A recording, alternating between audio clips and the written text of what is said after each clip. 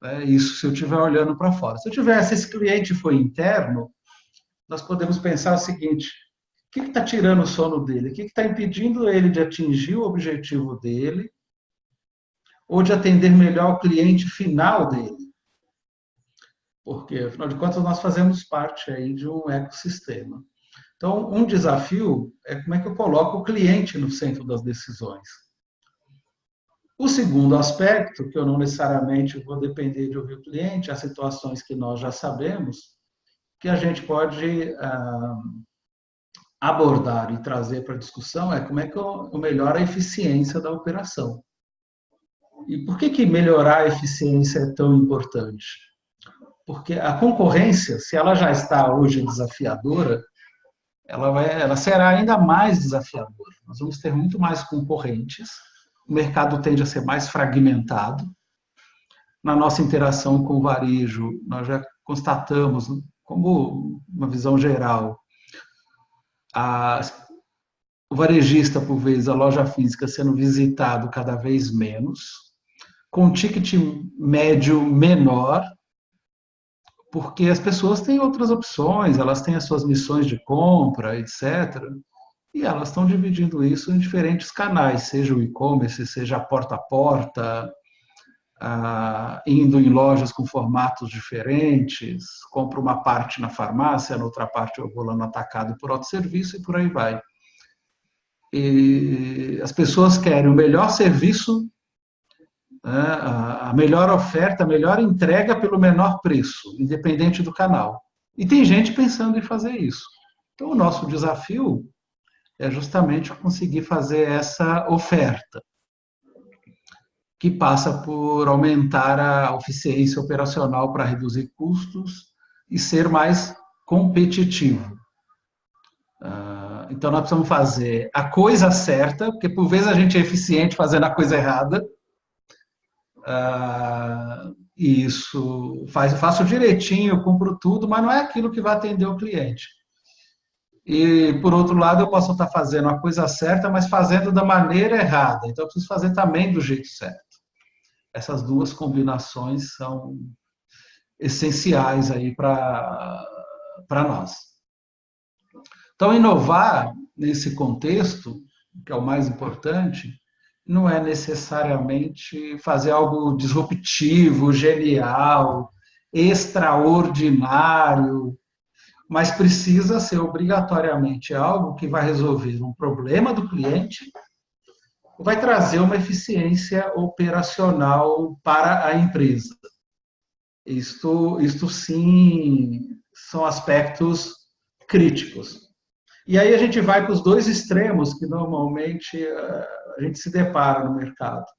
Por vezes a gente se depara com um profissional de informação, de inteligência de mercado, inteligência competitiva, independente da área, porque a inovação não precisa estar restrita a uma área, mas ele escuta tanto como referência que a inovação os exemplos que nós vamos falar, é Netflix, Uber, Airbnb, e todos falam que foram inovações geniais, e foram, ninguém discute isto, mas e isso por vezes gera uma inércia, as pessoas não se movimentam, elas não fazem algo novo.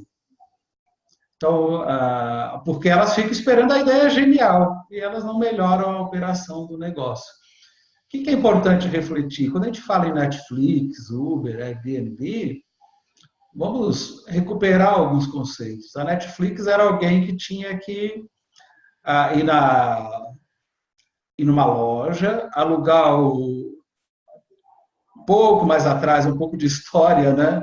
Se a gente quiser relembrar a fita cassete, lá, o DVD, tinha que rebobinar e tinha data de entrega, enfim, tinha uma série de coisas.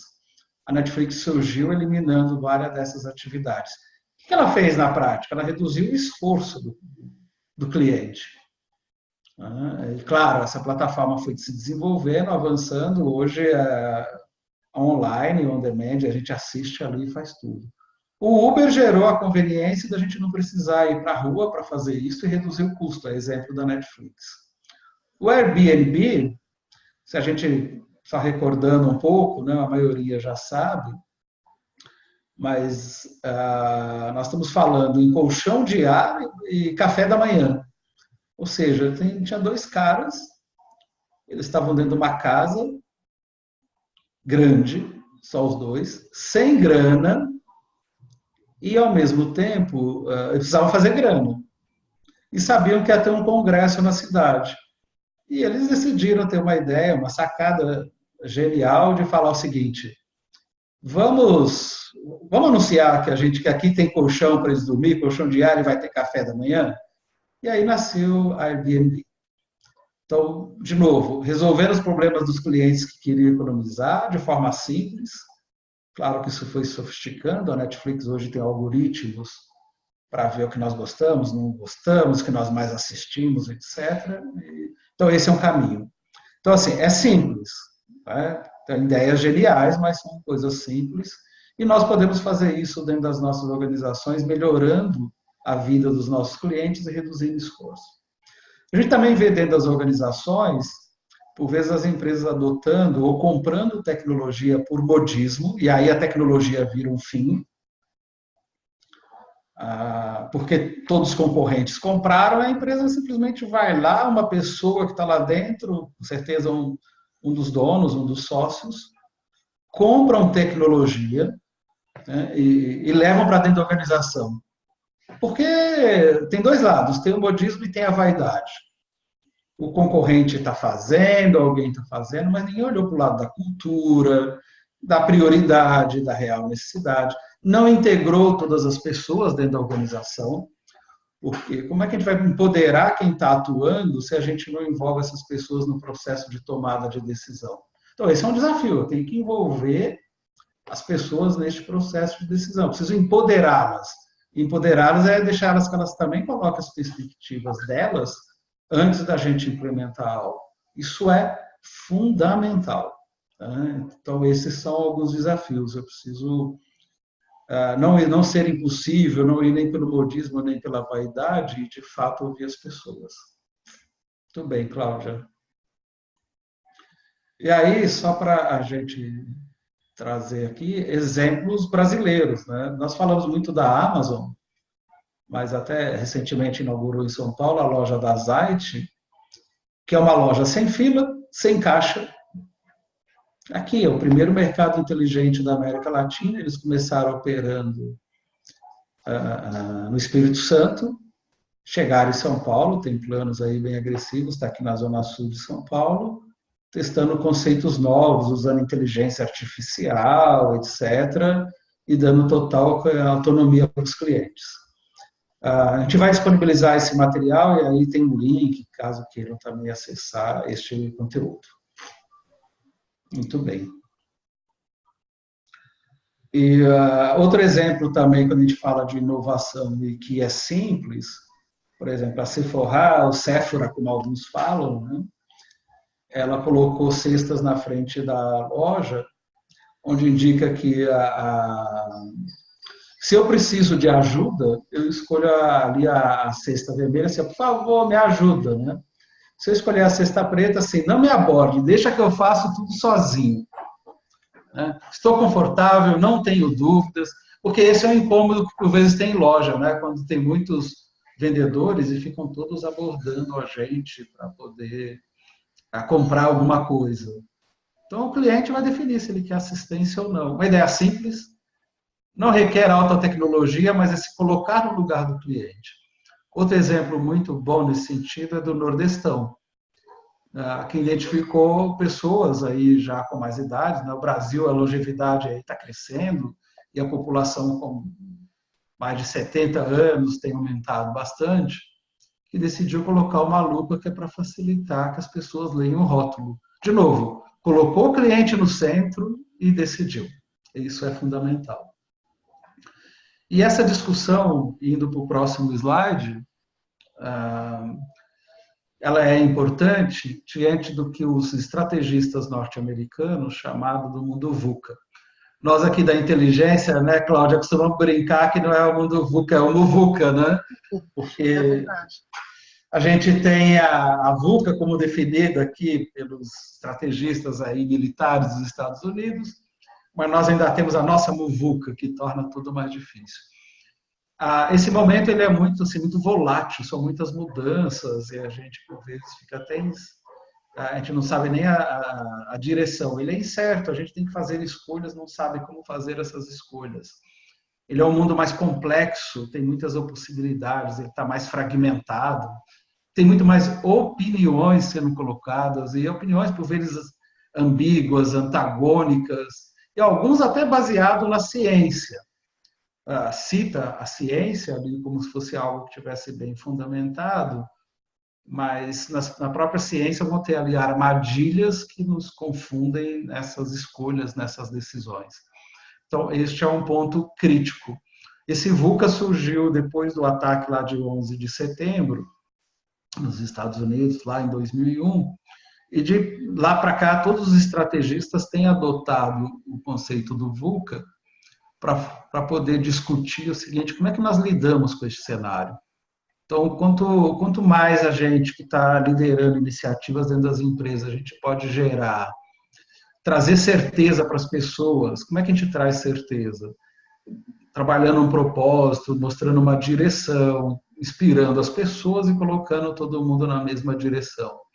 Se a gente tem um posicionamento e uma estratégia, esse também é um elemento direcionador e importante.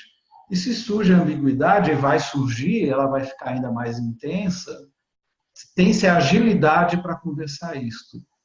Mas para que a gente tenha essas respostas, a gente precisa pensar tanto do ponto de vista de ouvir diferentes perspectivas e ser mais inclusivo. Estes são os desafios do mundo VUCA, ou seja, tem caminhos para a gente lidar quando a gente acha que 24 horas não dá conta, que tem muita informação, ou que tem muita informação, não diria isso, que tem muitos dados. Então, como nós podemos lidar com este cenário? Esse é o grande desafio que nós profissionais que estamos com consultoria, e seja um consultor externo ou um consultor interno, prestador de serviço, está lidando hoje. Precisa de um caminho, de uma direção para lidar com tudo isso. Muito bem. Bom, e a ideia aqui, pessoal, né, o Olegário comentou aí do nosso mundo VUCA, e a gente, nesse webinar, colocou as armadilhas e ganhos. A gente vai falar um pouquinho aqui das armadilhas. Ao longo de todo esse tempo discutindo o uso da informação e analisando como se tomam as decisões, a gente vê que é muito comum, né, seja no varejo ou na própria indústria, que as decisões sejam utilizando exclusivamente a intuição, né, nunca que a gente a despreze, mas ela tem que ser combinada com informações, né?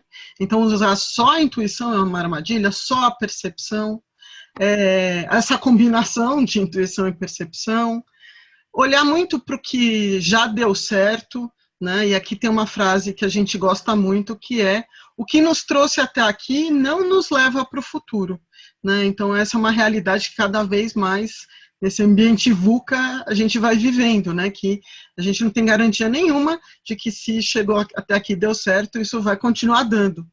Um outro ponto, que é uma grande armadilha, é copiar a estratégia dos concorrentes. Porque ele fez, né, sem analisar o seu cliente, sem entender o seu posicionamento de negócio.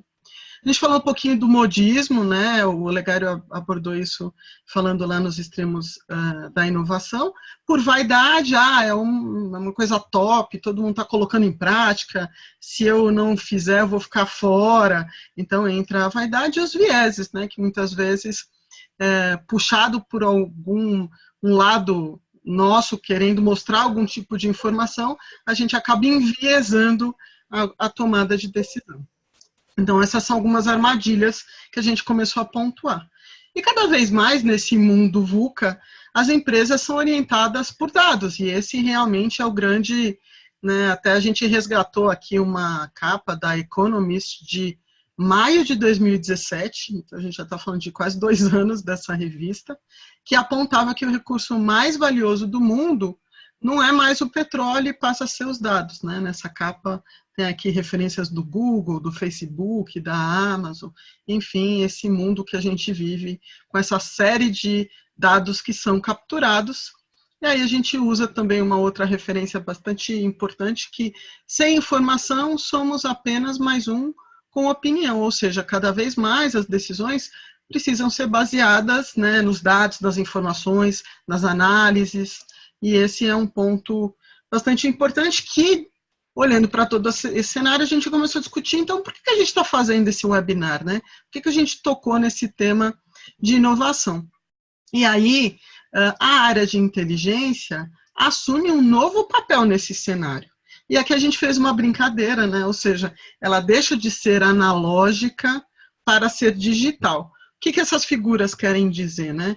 Aquela antiga posição da área de inteligência de gerar relatório, né, que a gente está chamando aqui de analógica, não só da forma manual de produção, que também é muito recorrente, mas muito mais de não estar envolvido com o insight, não envolver as equipes, as decisões não serem multidisciplinares, ela não olhar para os dados externos, né? Então, foi essa relação aqui que a gente quis dizer de deixar de ser uma área geradora de relatórios e realmente passar a uma área que tem um posicionamento com inteligência.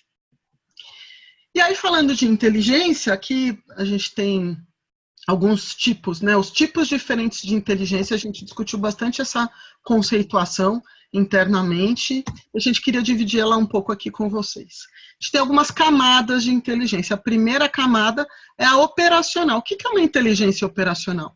É aquela que olha para os números internos, né, para entender ruptura, vencidos, produto que mais vende, mas tudo muito internamente, né? Você está olhando sempre para a sua operação.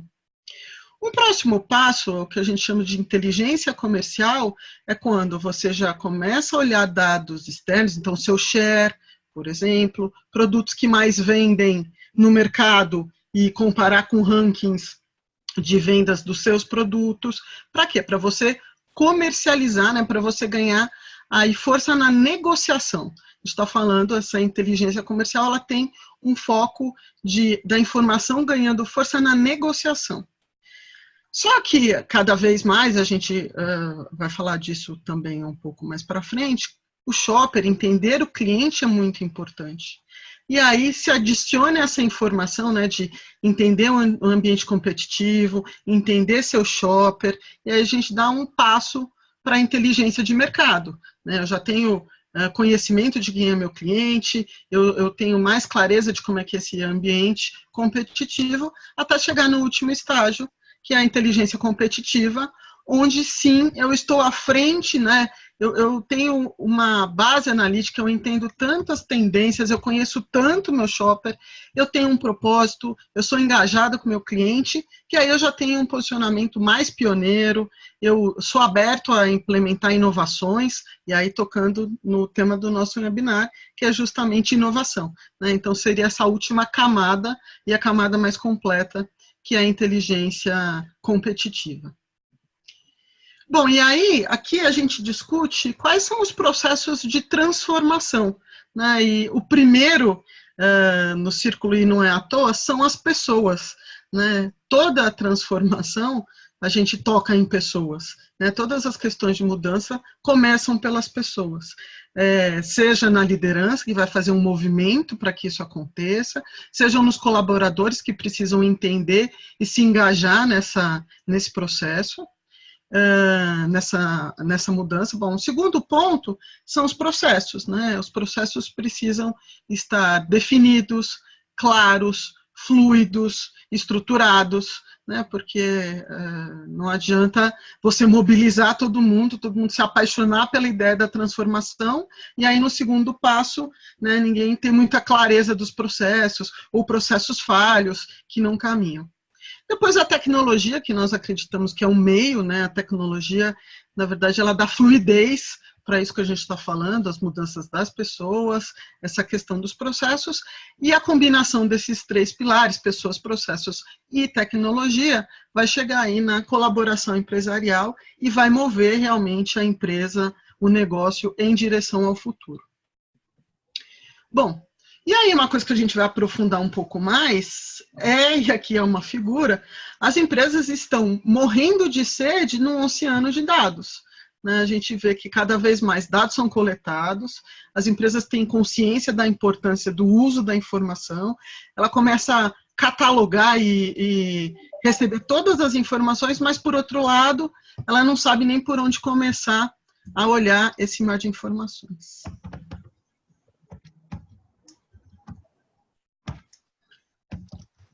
Fábio? Bom, pessoal, então agora vamos falar um pouco sobre os ganhos e armadilhas, né? Então, existem alguns pontos, quando a gente fala em colaboração e a gente fala em 360, então existem alguns pontos, né, que a gente precisa entender. Primeiro são alguns ambientes externos, né, ou seja, que a gente está chamando aqui das 3 forças que transformam o varejo, ou seja, olhar para a economia, olhar para as tendências de tecnologia e entender o momento em que a sociedade está vivendo. Hoje a gente está começando a ver que a população no Brasil está envelhecendo e a gente já começa a olhar muitas empresas ou algumas lojas, né, que começa a ter um perfil mais voltado para a terceira idade. Muitas vezes o dono desse varejo, desse estabelecimento, ele não se atenta a isso, né? Um caso bem interessante foi o que o Olegário comentou no início, com relação aí ao Nordestão, né, que colocou ali uma lupa, porque ele já se atentou para esse detalhe.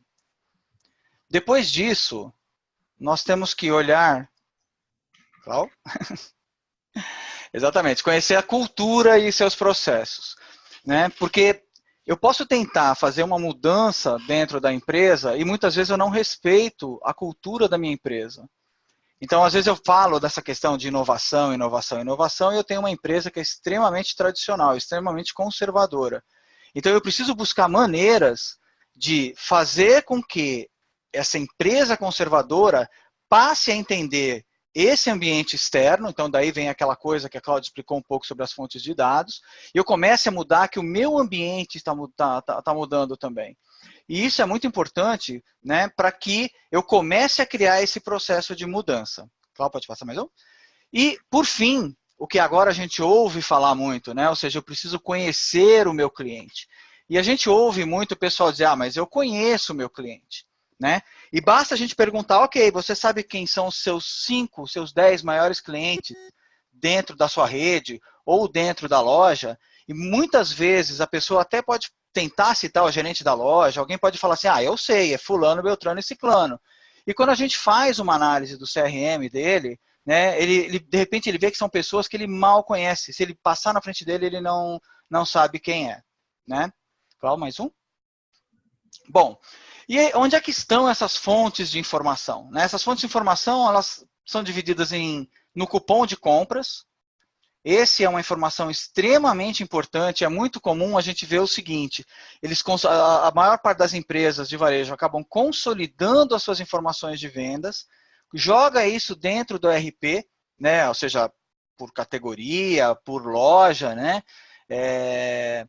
por todos os seus centros de custo, e esquece um detalhe importante, que é o que vem a seguir, que é o conhecimento do cliente.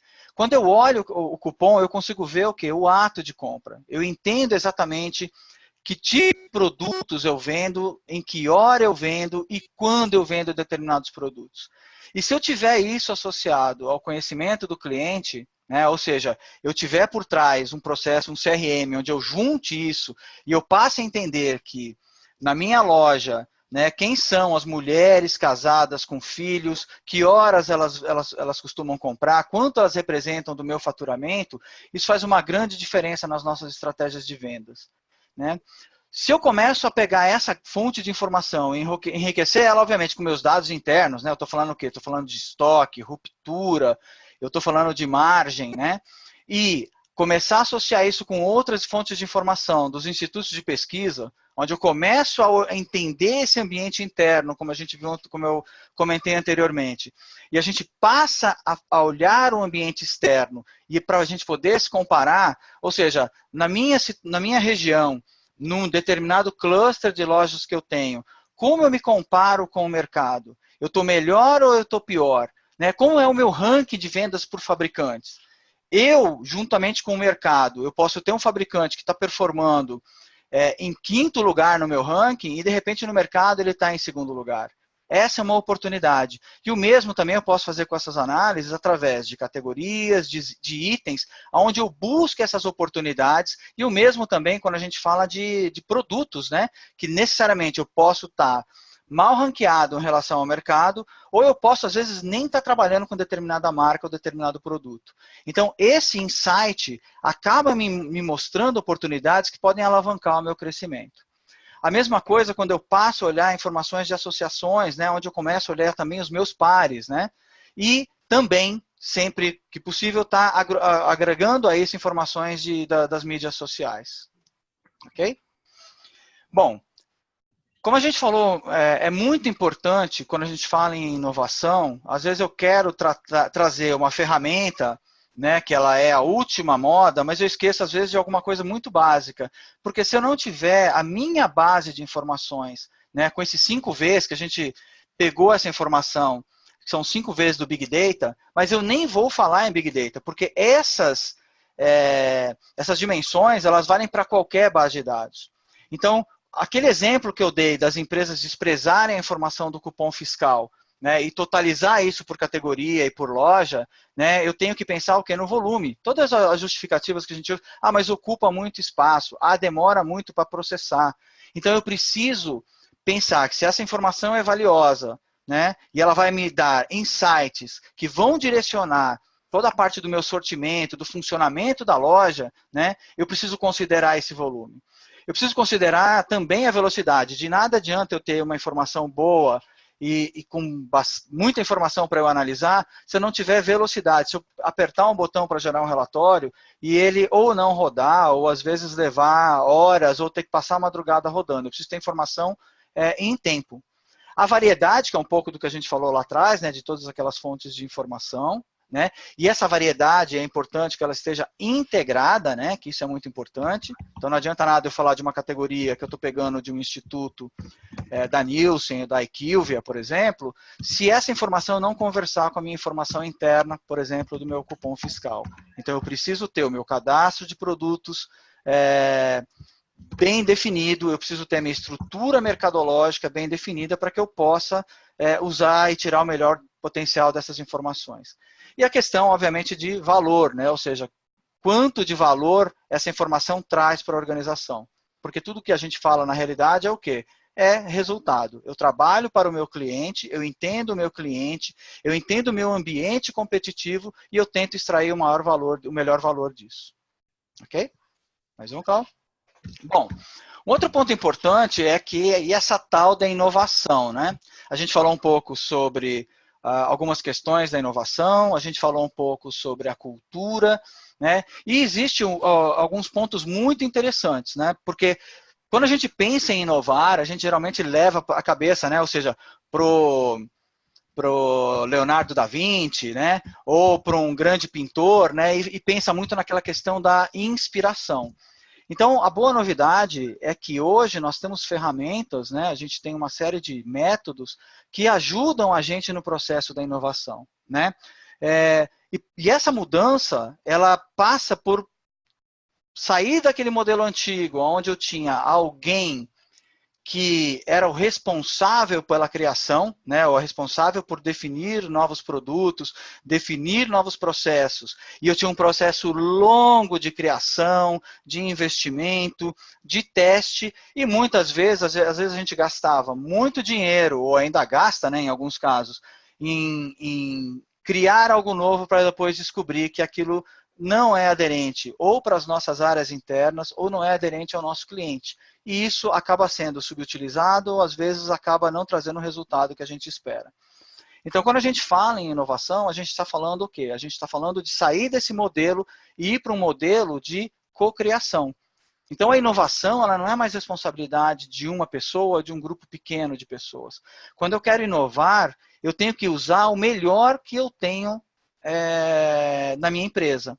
Então, eu estou falando o quê? Em ouvir o meu cliente, entender as necessidades dele e não criar algo e empurrar isso para ele, mas eu entendo a necessidade dos meus clientes, eu crio um grupo multidisciplinar de todos os que vão estar envolvidos em desenvolver essa solução e eu passo, obviamente, por métodos como o Design Thinking ou Design Sprint, né, onde eu tenho através do modelo diamante, né, que eles montam lá, que é um sinal de maior e um de menor, né, onde ele passa por 2 verbos, né, eu expando as ideias dentro do grupo, ou seja, eu deixo as ideias fluírem, né? Ranqueio essas ideias, né? Isso todos é um processo bem democrático dentro do grupo, e depois eu vou exatamente no processo de convergir. Então, eu primeiro abro, deixo com que todos falem e participem do processo, ranqueio de uma forma bem democrática essas ideias, e depois eu vou para um processo de convergir. Eu não posso trabalhar todas as ideias que estão ali, mas eu elenco as que são mais promissoras, trabalho nisso aqui, e a partir daí, do momento eu vou pegar esse rol de ideias e vou de novo no processo, né, de abrir isso para o grupo, para discutir como a gente desenvolve essas ideias e convergir dentro desse processo de passar por todas as etapas. Né? Entender, desenhar, decidir, eu vou para o processo de prototipar essa solução e muitas vezes eu crio um MVP, né, que é o processo de testar isso junto ao meu cliente. Eu crio um processo rudimentar, né, um produto rudimentar, convido os meus clientes para participar desse teste e eles vão opinar a respeito dessas ideias que surgiram durante essas etapas aqui. Geralmente o Design Thinking ou Design Sprint, ele leva pode levar até 5 dias desse grupo. Muitas empresas, obviamente, não têm 5 dias para pegar esse grupo de pessoas e colocar elas todas no mesmo lugar ao mesmo tempo. Então, o que muitas empresas fazem é ir adaptando isso. Ah, mas isso é muito difícil. Então, eu posso pegar partes desses processos, né, a história lá de colar os post-its, e vou levando isso para os meus projetos, vou fazendo workshops dentro da empresa para apresentar esses conceitos novos, para que aos poucos eles vão sendo adotados para a empresa. E o resultado, pessoal, é muito legal. Seja para o bem, ou seja, até para quando a gente passa por todas essas etapas e descobre que aquela ideia que a gente achou tão promissora, às vezes ela não é tão boa assim, ela não passa pelo crivo do cliente. E isso também é bom, porque dentro daquele exemplo que eu citei antes, às vezes as empresas levam meses em construir algo, em gastar muito dinheiro, em mobilizar muitos recursos, para no final isso não ser atendido.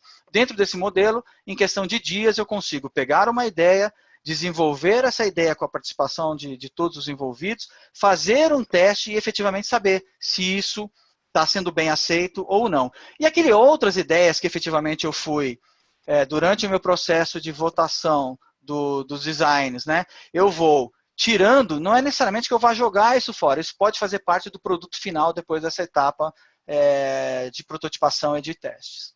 Outro ponto importante, não, Cláudio, volta lá um pouquinho. Então, uma coisa é o design, que é essa ferramenta para quebrar esse processo da criação. Né?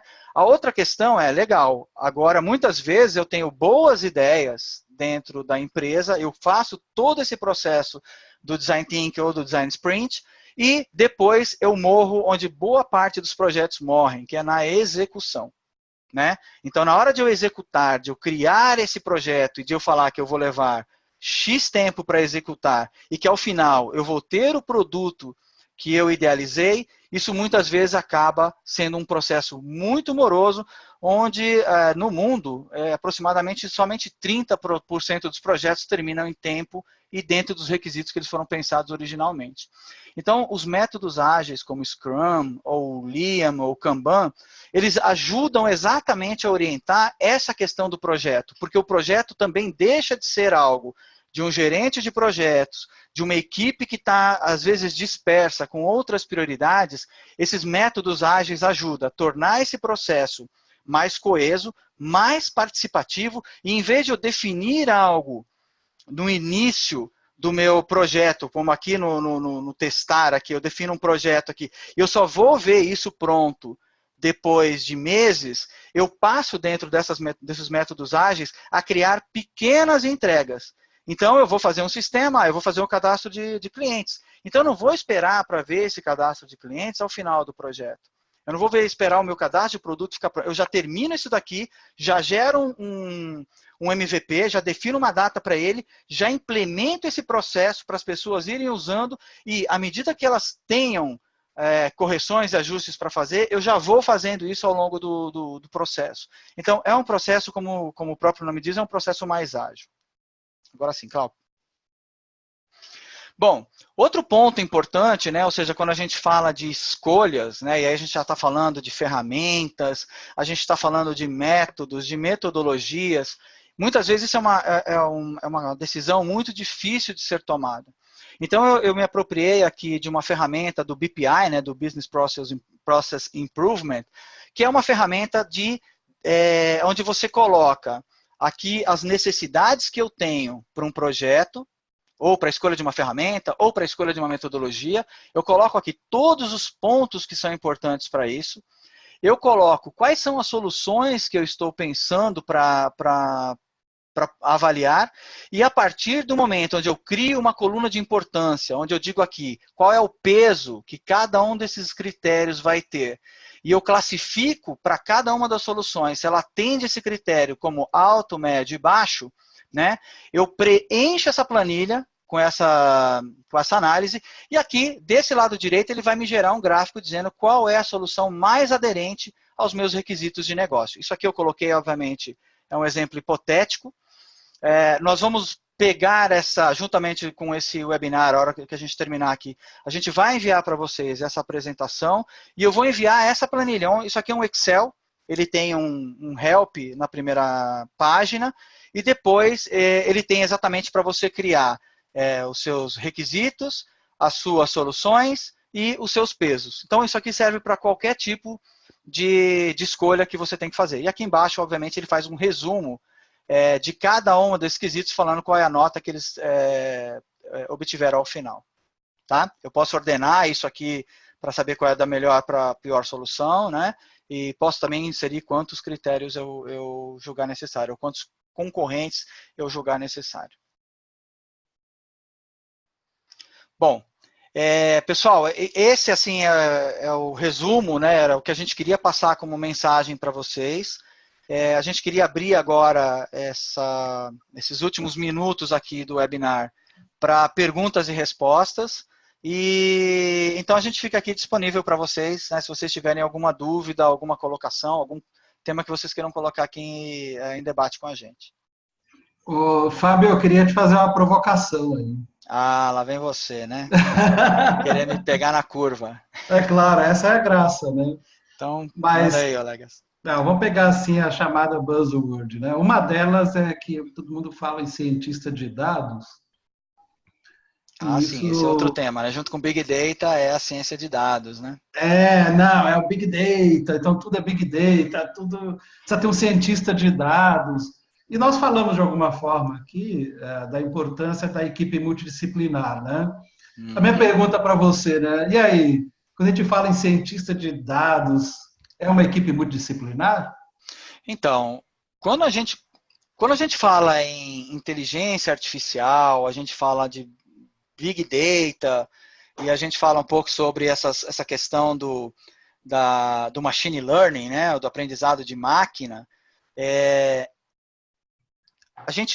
as empresas, dentro daquela questão do que a gente falou que são os modismos, né, não que isso seja um modismo, pelo contrário, mas isso exige um nível de maturidade que muitas empresas ainda não têm. O esforço para você trabalhar com a ciência de dados, ele não é um esforço pequeno. Então, ele exige você passar por aquela fase de você ter uma boa fonte de informação, né, você ter informações que sejam confiáveis, né, quando a gente fala nessa questão de análise do ticket, a ciência de dados ela é imprescindível, porque eu estou falando de um volume extremamente absurdo de informações. E para isso eu preciso ter um conhecimento estatístico, eu preciso ter um conhecimento de banco de dados, eu preciso ter um conhecimento muito grande de hardware, porque isso consome bastante informação. E um ponto importante, eu preciso ter um conhecimento de UX, né, ou de interface de usuário, para as pessoas que vão consumir essa informação. E também é muito comum a gente ver as pessoas adotarem uma ferramenta de BI, né, e a primeira coisa que você está fazendo são aqueles relatórios cheios de reloginhos, de cores e de gráficos, né. Uma parte muito importante na ciência de dados, né, e hoje existe um papel que é o design de informações, que é a pessoa que vai desenhar os KPIs, que vai desenhar os relatórios, sempre pensando em responder uma pergunta de negócio, né? Ou as principais perguntas de negócio. E para que eu preciso ter um estatístico? Para eliminar o viés. É muito fácil, existe um livro bem interessante que chama Como Mentir com Estatística, né? E esse mentir com dados, ele pode ser intencional e às vezes ele pode ser sem intenção. Eu começo a misturar informações de bases diferentes e eu gero muitas vezes uma informação que ela pode parecer um grande achado, né? E no final das contas eu estou comparando o famoso alhos com bugalhos e levar a uma má decisão de negócio, né? Então, ou seja, eu não preciso ter um Big Data, eu não preciso ter a última tecnologia para poder extrair o melhor das informações dentro de casa. Se eu já tiver um bom banco de dados, se eu já tiver conhecimento de como fazer a geração de bons KPIs, e existem livros, cursos muito interessantes para isso, essa é uma das especialidades que nós da Inteligência 360 temos, eu já consigo criar informações que são altamente relevantes e que levam a uma melhoria de resultado para as empresas. Agora, se eu tenho maturidade suficiente para isso, e se eu realmente tenho como fazer um investimento melhor, obviamente que ir para o mundo da ciência de dados e da inteligência artificial ou do Big Data, isso é uma explosão de números e de oportunidades assim gigantescas. O resultado é praticamente certo, mas para isso precisa ter um bom projeto estruturado com o envolvimento da alta direção da empresa, porque isso leva tempo e não costuma ser muito barato. Acho que tem um complemento, né, Fábio, que você até disse, que o principal ponto e o start para tudo isso é que pergunta de negócio que eu quero responder. Né, que muitas vezes as pessoas se atêm à tecnologia, a como é que vão ser os gráficos, como é que vão aparecer aqui as informações, e acabam sendo envolvidas por essa questão, né, muito mais lúdica de como a informação se apresenta, entra por um caminho de curiosidade, que dá para fazer isso, dá para fazer aquilo, dá para entregar isso, e se perde um pouco na estruturação principal da informação, que é responder uma pergunta de negócio, né, seja entender um comportamento do seu cliente, seja entender a expansão do seu negócio, enfim, ter uma pergunta de negócio clara para você não se perder na curiosidade nesse mundo fascinante do que pode ser um relatório com uma série de informações, né, que cruza barras com linhas, e você acaba perdendo o principal de vista, que é a sua pergunta de negócio. Exatamente, né? Porque hoje em dia nas empresas o que a gente mais tem é informação, é o que você falou um pouco, né? A gente está se afogando num mar de informações, porém a gente poucas vezes, ou a gente acaba pondo o nosso foco no dia a dia, né, em informações que são burocráticas, mas são importantes, obviamente, mas esquece exatamente de elencar o set de 5, de 10 indicadores principais, e que esses sim é que vão me levar a entender como é que está indo o meu negócio, que me vão apontar as melhores oportunidades. Uhum. Surgiram duas perguntas aqui, Fábio, que eu vou tomar a liberdade aí de responder. Manda aí. Mas eu vou responder pedindo a ajuda da Cláudia para ir no slide 17. Vou lá no slide 17, então só um minuto que eu vou recuperar o slide aqui. Slide 17. Aqui. Isso. O pessoal que entrou um pouco depois, então a primeira pergunta assim, que veio mas o que é inovação? Porque, como a gente já falou de inovação lá no extremo que está o Netflix e outro que está dentro da organização, inovação é você realmente, e um dos participantes aí com a gente até definiu a novidade, o diferencial, a acessibilidade, né, como alguns desses elementos, mas a gente poderia agregar o seguinte: que dores que meus clientes têm, ou como eu reduzo o esforço do cliente e faço diferente. E aí não importa que a loja do lado faz, o concorrente faça. Para você, para a sua empresa, pode ser uma inovação. Mais importante, tem dois aspectos. Um é que esteja alinhado com as necessidades e desejos dos clientes e como eu reduzo esforço. Esse é de um lado, para o cliente. O outro lado da inovação é como é que eu melhoro a eficiência operacional, ou seja, como é que eu reduzo o custo, como é que eu reduzo o retrabalho, que normalmente não é calculado, a gente tem um desperdício de tempo muito grande. Ela pode ser uma inovação até invisível para quem está externo, mas ela pode tirar atrito de quem está na frente. Por exemplo, nós estamos agora trabalhando na curadoria do Congresso da APAS. E o exemplo que a gente dá lá do ponto de vista do varejo é a diferença entre o preço de gôndola e preço de sistema. Não tem mais atrito e mais desconforto do que este. O produto vencido, que pode gerar processos. A gente trabalha com programas aí de CRM, ativação, etc. E por vezes a gente vê o cliente achando que o varejista está enganando, porque ele vai na loja e não vê aquela promoção que era para atraí-lo e o produto não está lá porque teve rupturas. Então nós temos as filas no caixa. Então nós estamos falando de problemas que impactam a todos. Imagina a operadora de caixa mal-humorada lá, né? Porque o cliente está mal-humorado, ela vai ficar mal, ela é um ser humano e como é? Ela tem tantas perguntas para fazer para o cliente. Então, esse slide eu pedi para colocar, porque ele foi selecionado justamente por isso. Então, no primeiro lugar, eu estou falando de gente interno e externo. Estou falando de entender as dores das pessoas, seja os clientes internos ou externos. E com base nisso usar as metodologias, as ferramentas como Design Thinking, etc., para responder esses pontos. A partir do momento que eu estou entendendo, ter uma escuta ativa, eu vou olhar para processos. Aí sim eu vou dar o segundo passo de olhar para o processo. E, consequentemente, o terceiro que tecnologia responde isso melhor? Como eu equaciono isso da melhor forma possível? Então, este é o caminho. E a partir daí, eu posso discutir como é a minha relação com o meu fornecedor, eu posso melhorar processos com ele.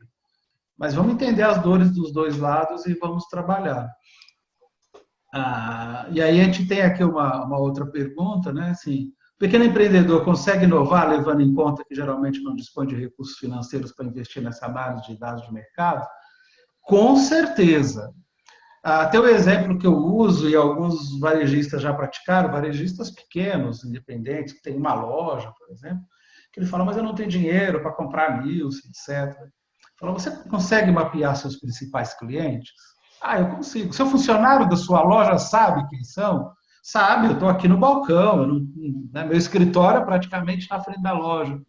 Então, por que você não pega esse cliente e vai entender com ele o que ele compra de você, por que ele compra, como ele compra, que desafios que ele tem. Porque se você entender esses principais clientes, você vai entender as razões dele não estar comprando algumas coisas e não outra. Um outro caminho que nós citamos aqui é olhar para o relatório de cupons. Um cupom revelador. O que eu estou vendendo mais? Estou vendendo mais perecíveis? Eu sempre lembro de uma história de um projeto de consultoria, que no supermercado, ele tinha uma loja pequena, tinha 5 operadoras de caixa, e ele tinha 2 para pequenos itens, até 15. Nós pegamos o ticket dele, 6 meses de informação, e fomos entender o ticket. A nossa surpresa, que a gente já desconfiava pelo movimento que a gente observou na loja, a gente, com inteligência de 360, fomos lá e observamos, mas 95% das vendas dele era menos de 10 itens. Então, por que ele tinha das 5 caixas, 2 reservadas para quem comprava menos de 15 itens? Porque ele viu isso em algum varejista, achou legal a ideia e simplesmente copiou. Mas ele não entendeu os clientes. A informação estava lá, era o ticket. Que, na realidade, o pequeno, o que ele pode fazer? Ele pode simplesmente... Toda aquela atuação dele que ele usa, seja do terceiro que presta o serviço de sistema, seja do contador, que está ali para cumprir algumas coisas do ponto de vista mais do fiscal, do controle, eles podem ajudar esse pequeno empresário na parte mais analítica. Esse é o ponto mais interessante, porque a informação está lá. É como organiza e como eu olho para ela para tomar melhores decisões. Esse é o grande ponto. Se me permite, Alex, fazer um complemento aí, né? A gente fala muito de empresa orientada a dados, né? Então tem aquele velho dito da esfinge, né? Conhece-te a ti mesmo, eu te devoro. Então, isso que a gente está falando um pouco é o quê? É você conhecer melhor o seu negócio. E quando a gente fala de usar o cupom fiscal, essa informação é extremamente relevante. Entender a dinâmica das categorias, né? Entender exatamente qual é o ranking de produtos que você vende. Será que realmente eu preciso de todas aquelas marcas que eu tenho lá dentro? Como que está o meu giro de produtos? Como é que está o meu estoque? Como é que está a minha ruptura, né? E quando eu passo a conhecer a mim mesmo, é um pouco daquilo que a gente falou. Eu posso fazer uma pesquisa com os meus clientes, né? Pegar dentro lá do caixa e lançar pesquisas curtas, né? E tentando colher informações desses clientes, e a gente sabe dentro, o gerente da loja, o caixa sabe às vezes quem é o cliente mais frequente que está lá e quem é o cliente mais esporádico. E é muito importante entender esses dois perfis. Então, você monta um questionário para saber o que você quer entender, baseado nos seus dados internos que você analisou, cria esse questionário para exatamente confrontar exatamente alguma dúvida, algum problema, alguma oportunidade que você identificou. Sempre existem dentro dessas empresas grandes, ou a Nielsen, ou a Kantar, né? Existe uma área pública onde eu pelo menos posso entender informações de tendência de mercado, para saber exatamente se as minhas categorias no meu negócio, eles estão seguindo o que o mercado está dizendo. De repente o mercado está dizendo lá que eu tenho uma venda de papel higiênico, sei lá né, que está muito alta e eu tenho uma venda muito baixa. Eu tentar entender um pouco isso.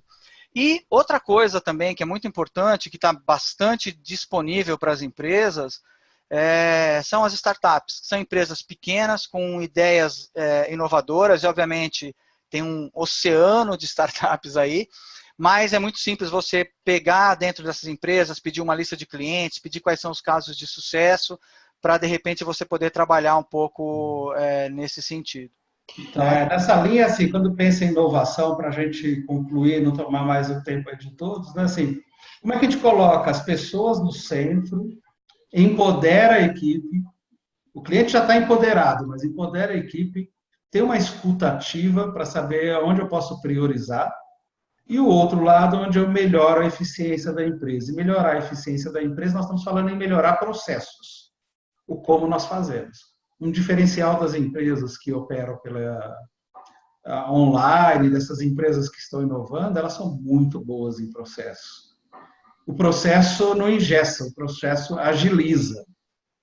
O processo traz padrão, e isso é muito importante, melhorar processos para ter mais eficiência, ter qualidade no que está fazendo e garantir isso para oferecer a melhor experiência para o cliente e fazer com o menor custo. Esse é o grande desafio. Mas nós estamos aqui à disposição de vocês, onde a gente puder ajudar, para a gente poder contribuir aí em dúvidas que vocês possam ter eventualmente aí mesmo depois do webinar. Legal. Está aí com o questionário na online, né, Fábio? Pra a gente coloquei agora muito rápido, são 3 perguntinhas rápidas aí, se vocês puderem responder para a gente, eu agradeço muito.